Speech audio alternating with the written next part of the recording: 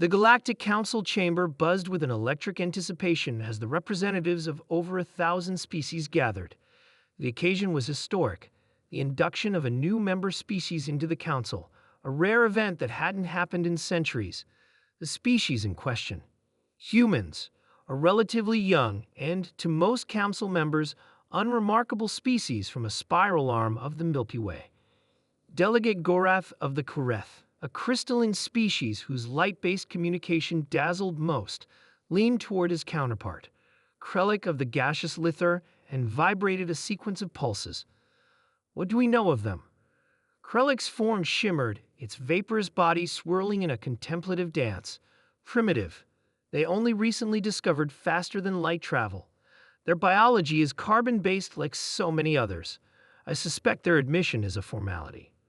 Gorath refracted a prism of light in agreement, yet they requested this demonstration, peculiar.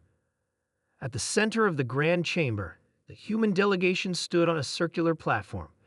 Ambassador Ilara Voss, poised, confident, and dressed in a striking outfit of deep reds and blues, stepped forward. Behind her, an array of objects covered in silken black cloth stood arranged in a semicircle. The crowd of alien dignitaries quieted. Esteemed members of the Galactic Council, Ilara began, her voice amplified by the chamber's acoustics. We thank you for this opportunity to join your illustrious ranks.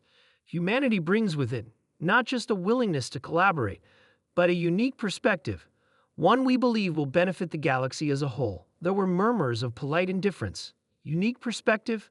Every species claimed the same thing upon induction. Ilara smiled knowingly. Today, we present a demonstration of one of our most fundamental abilities, an ability so intrinsic to our existence that we often forget its significance. I invite you all to witness something truly human. With a dramatic flourish, she removed the first cloth. Beneath it stood a simple painting, a sunrise over an ocean, its waves reflecting shades of gold, pink, and violet. The humans in the chamber, scientists, diplomats, and security personnel, gasped audibly, despite having seen the piece before. The aliens, however, remained silent. Many extended sensory appendages toward the painting, attempting to discern its significance. A reptilian delegate, scales shimmering dully, raised a claw. Ambassador, this object emits no pheromones, produces no vibrations, and has no discernible thermal gradient. What are we meant to perceive? Ilara gestured toward the painting. It's not about vibrations or gradients. It's about color. The chamber was silent.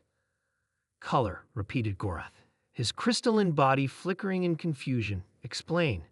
Ilara's smile widened. She activated a holographic display that projected the painting into the air, magnifying its hues. Humans have the ability to perceive a range of electromagnetic wavelengths within the spectrum of visible light. We call these colors.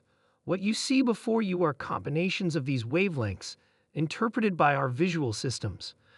A delegate composed of shifting liquid. Ambassador Vlor of the Mixara rippled in perplexity. You interpret electromagnetic radiation aesthetically. Precisely, Ilara replied. What's more, we've developed entire systems of meaning, emotion, and communication around these colors. The chamber erupted in incredulous whispers. Seeing electromagnetic radiation was not unheard of. Many species possessed rudimentary photoreceptors, but to attribute meaning and emotion to specific wavelengths? Preposterous. A towering insectoid delegate clacked its mandibles. Surely this is an exaggeration. Ilara motioned toward the covered objects. Let me show you more. One by one, she unveiled paintings, photographs, and holograms, each showcasing the diversity of Earth's palette, a field of lavender swaying in the wind, the fiery chaos of a volcanic eruption, the ethereal greens of the aurora borealis. Each piece was accompanied by a brief explanation of the emotions it evoked in humans: calm, awe, passion, melancholy. The chamber's reactions ranged from bafflement to outright disbelief. Finally, Gorath raised a crystalline shard, signaling for silence. Ambassador Voss, you claim that your species derives emotional and intellectual meaning from these colors. How can you prove this is unique? Perhaps all species do. but in ways you failed to comprehend. Ilara had anticipated this. An excellent question, Delegate Gorath. Allow me to demonstrate. She beckoned to a human assistant, who brought forward a device resembling a headset. This is a neural visual interface. It will temporarily allow you to experience color as humans do. A murmur swept the chamber. Ilara turned to Gorath. Would you care to volunteer?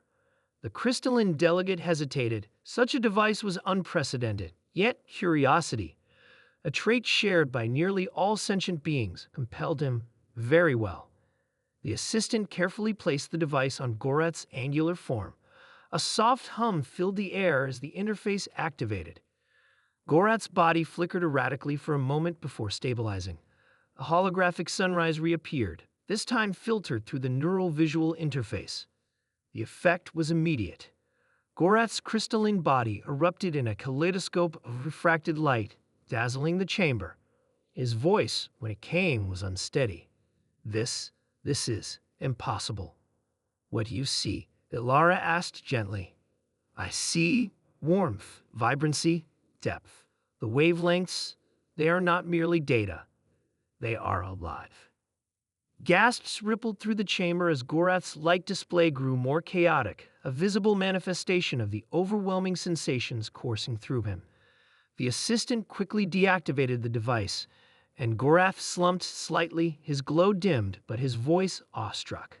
How do you live with this? Ilara chuckled softly. It's simply part of being human. The chamber erupted into a cacophony of voices.